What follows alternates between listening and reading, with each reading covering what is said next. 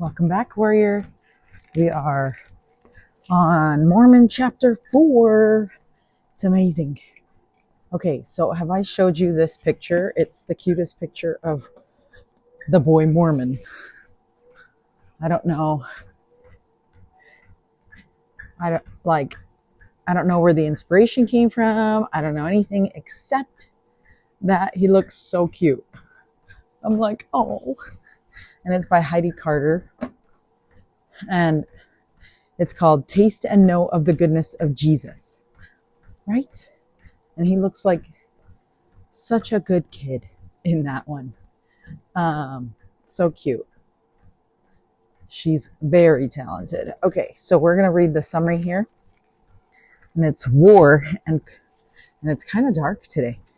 It's a little bit gloomy outside, so the light is not shining in here.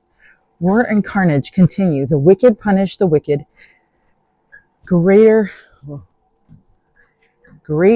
wickedness prevails than ever before in all Israel. That's sad. Women and children are sacrificed to idols. The Lamanites begin to sweep the Nephites before them. Wow. We are just getting worse. Okay, we had an event yesterday, and it was a spooktacular over here in Pleasant Grove, and it was so much fun. We had prepared the recipes for the hot cocoa in bulk so that we could do it so fast, and it was so fast. I was so proud of the work that I did, and then the work that our employees did. So anyways, so excited. It was like they placed the order and the order was out by the time it was going. Probably should have made them wait a little bit longer, because then we could have maybe got more people in a line, because everybody's always like, what's that line? And then it kind of becomes popular. But anyways, I got to get going. I have a doctor's appointment today with an OBGYN. So excited about that. Because remember, it's been so long since I have done that, and wanting to address the whole reproductive system. And anyway, probably a little bit of oversharing, but you know me, I love to overshare here with you. Okay, so it says, and now it came to pass that in the 363rd year, the Nephites did go up with their armies to battle against the Lamanites out of the land desolation. And it came to pass that the armies of the Nephites were driven back again to the land of desolation. And while they were yet weary, a fresh army of the Lamanites did come upon them. And they had a sore battle, insomuch that the Lamanites did take possession of the city desolation, and did slay many of the Nephites, and did take many prisoners. And the remainder did flee and join the inhabitants of the city Teancum. Now the city Teancum lay in the borders of the seashore, lay in the borders by the seashore, and it was also near the city desolation. And it was because the armies of the Nephites went up unto the Lamanites that they began to be smitten. For were it not for that, the Lamanites could have had no power over them, because the Nephites started this battle. But behold, the judgments of God will overtake the wicked, and it is by the wicked that the wicked are punished. Isn't that so true? Remember this? For it is the wicked that stir up the hearts of the children of men unto bloodshed. And it came to pass that the Lamanites did make preparations to come against the city Teancum. So in these verses, it says, if there were ever a chapter to show that war should be avoided at all costs and whenever possible, this is the chapter. In verse 1, the Nephites were aggressors. They started the next battle. They were not in defense position, protecting themselves from the Lamanites. They were starting this next battle. Captain Moroni was always against this, and Mormon as well. But the Nephites no longer had Mormon's leadership, so they made the foolish choice to go up with their enemies to battle. Mormon points out in his wisdom as a prophet and as a military leader, it was because of the armies of the Nephites. It was because the armies of the Nephites went up unto the Lamanites. Never be the aggressor. So yeah, don't be a bully. That's what it is, right? Don't be mean, be kind. It's cool if you're protecting yourself. But when you're taking the initiative to be mean, to do the blood shedding. Seems wrong, right? Okay. All right. We are going to pause because we need to go to the doc. All right. Wish me luck. Welcome back. I guess I'm the one who left. So I went to the doctor because I am trying to get a hysterectomy and trying to get some options out there. Anyways, doc explained things to me in terms that I can understand. And for the most part, we got to take all the things out.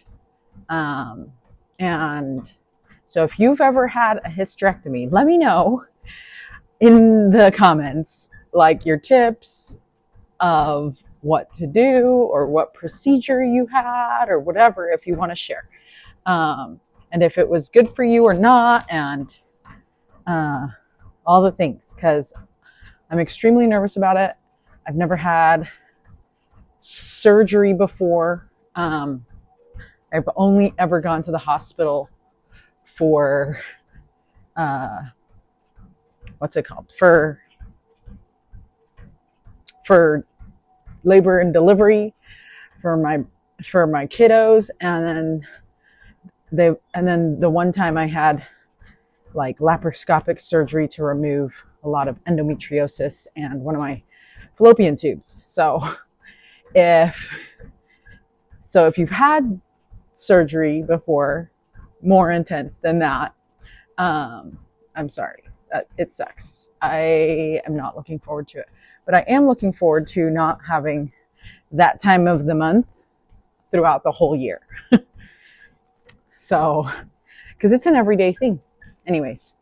Okay, so we are on Mormon chapter 4, verse 7. And guess what? My iPad ran out of battery because I never finished charging it. And so, yeah, that happened. Oh, and happy Halloween. That happened the other day. 2 days ago. It's been a minute. We've done the blip, right? Again. And so it was just really crazy. And yeah, it's true. I had that hysterectomy doctor appointment on Halloween. So, and then we went to a class party, which I was completely late to and couldn't help, which made me really sad. But at least there was other moms that picked up the slack and had games in their Hermione bag that they weren't actually using. And then my son was super understanding and loving towards me. So he was good. So anyway, okay, here we go. Literally can't see. It's so dark over here. So verse 7, and it came to pass in the 364th year, the Lamanites did come against the city Teancum, and they might take possession of the city Teancum also. And it came to pass that they were, I'm going so fast. And it came to pass that they were repulsed and driven back by the Nephites. And when the Nephites saw that they had driven the Lamanites, they did again boast of their own strength, and they went forth in their own might and took possession again of the city desolation. I swear, I thought there was like light back here. Maybe if I turn that one on, hold on. I don't think it's helping. Okay, and now all these things had been done, and there had been thousands slain on both sides, both the Nephites and the Lamanites. And it came to pass that the 366th year had passed away, and the Lamanites came again upon the Nephites to battle, and yet the Nephites repented not of the evil they had done, but persisted in their wickedness continually. And it is impossible for the tongue to describe, or for man to write a perfect description of the horrible scene of the bloodshed, or of the blood and carnage, which was among the people, both of the Nephites and of the Lamanites. And every heart was hardened, so that they delighted in the shedding of blood continually. This must be so sad for Mormon to witness. Okay, then verse 12. And there never had been so great wickedness among all the children of Lehi, not even among all the house of Israel, according to the words of the Lord, as was among this people. And it came to pass that the Lamanites did take possession of the city desolation, and this because their number did exceed the number of the Nephites. Okay, so we're on verse 14. But I wanted to read really quick this little part from the Redheaded Hostess. So we have the Redheaded Hostess teen study guide for our teen. I'm not going to lie, my teen does not use this. I should probably use this. I need to do a better job of warming their hearts, right? Sister Foster? Okay. Okay, so there's this quote from Elder Jeffrey R. Holland. It's so good. It's on page 251. And it says, in one of the loneliest scenes in scriptural history, a silent, war-weary soldier looked out across time and the unspeakable tragedy his family and followers faced. Mormon, the man destined before the world was formed, to abridge and summarize the Nephite story, and in so doing, to have his name forever immortalized with this additional testament of Jesus Christ, surveyed the casualties of a nation that had turned from the Lord. As sobering as the account is, it does not give a full account of all the sin and sadness Mormon had seen. Indeed, such an account probably would have been impossible to record. End quote. And that's from Elder Jeffrey R. Holland, Christ and the New Covenant, page 317. Right? Isn't that wild? And it makes me really sad for him that that's what he had to witness. Okay, and then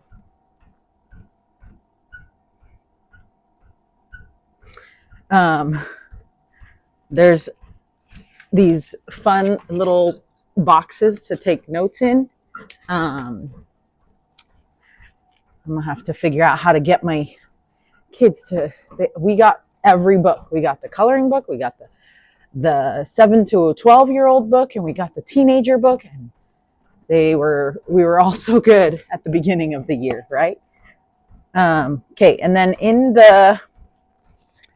in our Come Follow Me manual, let's go this way. This is what it says about chapter 4. It's like very, very brief. Almost skips over it, I think. It really does. But there's like a picture of like what is going on. Yeah, nope, there's nothing for me to read for chapter 4 in here. Okay, here's the picture so you can see it. It's a little bit gory. Right? Anyways. Okay, so I guess we'll read those things when we come to chapter 5. I thought there was going to be something for chapter 4, but I was wrong. Okay. So verse 14, and they did also march forward against the city Teancum, and did drive the inhabitants forth out of her, and did take many prisoners, both women and children, and did offer them up as sacrifices unto their idol gods. Ugh. And it's like the worst. They're like evil, so wicked. And it came to pass that in the 367th year, the Nephites, being angry because of the Lamanites had sacrificed their women and their children, that they did go against the Lamanites with exceedingly great anger, insomuch that they did beat again the Lamanites and drive them out of their lands. And the Lamanites did not come again against the Nephites until the 375th year. And in this year they did come down against the Nephites with all their powers, and they were not numbered because of the greatness of their number. And from this time forth did the Nephites gain no power over the Lamanites, but began to be swept off by them even as a dew before the sun. And it came to pass that the Lamanites did come down against the city Desolation, and there was an exceedingly sore battle fought in the land Desolation, in the which they did beat the Nephites. So it's just like war, and so much, and more war. And they fled again from before them, and they came to the city Boaz, and there they did stand against the Lamanites with exceeding boldness, insomuch that the Lamanites did not beat them until they had come again the second time. And when they had come the second time, the Nephites were driven and slaughtered with an exceedingly great slaughter, and their women and their children were again sacrificed unto idols. And it came to pass that the Nephites did again flee from before them, taking all the inhabitants with them, both in the towns and the villages. And now I, Mormon, seeing that the Lamanites were about to overthrow the land. Therefore I did go to the hill Shim, and did take up all the records which Amram had hid up unto the Lord. Ooh, so that's smart, because you don't want other people to find the records, okay? Okay, so that is it for chapter 4. Let me go get the Read It, Live It, because we love that. Okay, Read It, Live It is right there. This one's a little bit harder to read because it's just white text on very light background. Okay, when the Lamanites were about to overthrow the land, Mormon thinks it best to hide the records. He goes to a familiar place that he knows is safe up to the hill. Do you have a place to connect with God when life feels troubled? Ooh, I love that. Visit that place. There's like so many places. And as you can remember, when we were in Mexico, my favorite place was by the ocean.